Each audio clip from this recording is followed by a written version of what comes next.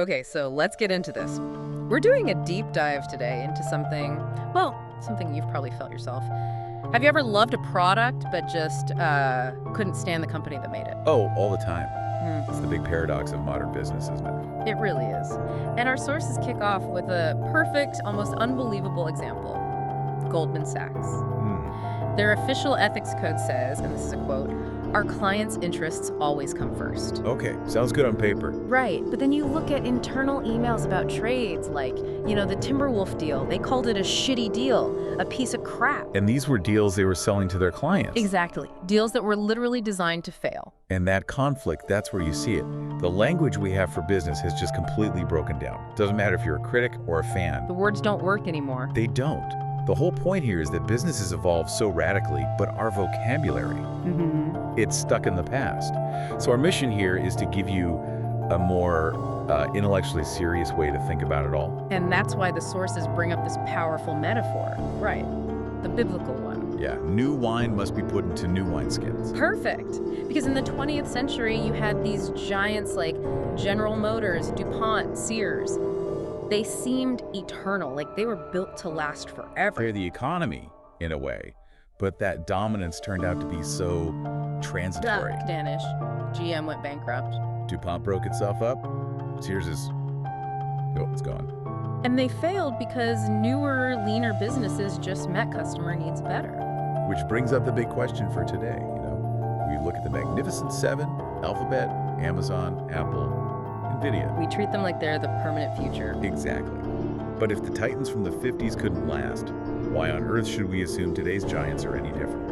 And the why of it all, that's where the real story is. The reason for this fast turnover is that the very definition of corporate value has changed. It's a total flip. The old economy, it was all about physical capital. Yeah. Steel mills, railways, Ford's huge River Rouge complex, tangible stuff. And today, value is. It's about human capabilities.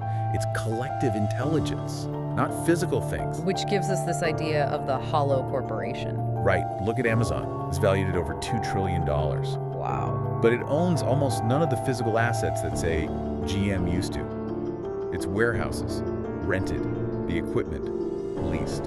And I read this, it operates with no networking capital. It sells goods before it even pays its own suppliers for them. The value isn't in inventory, it's in the system, the relationships, the brand, that collective intelligence. This decentralized knowledge that lets it adapt and scale. Without actually owning the means of production.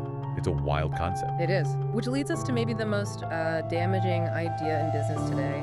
This doctrine that a company's only purpose is to create shareholder value.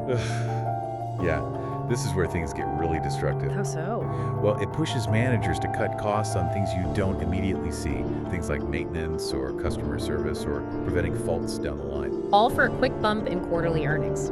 Exactly. The sources call it the leaky pipe and overflowing sewage syndrome. That's a vivid description. Because eventually the sewage does overflow. It always does.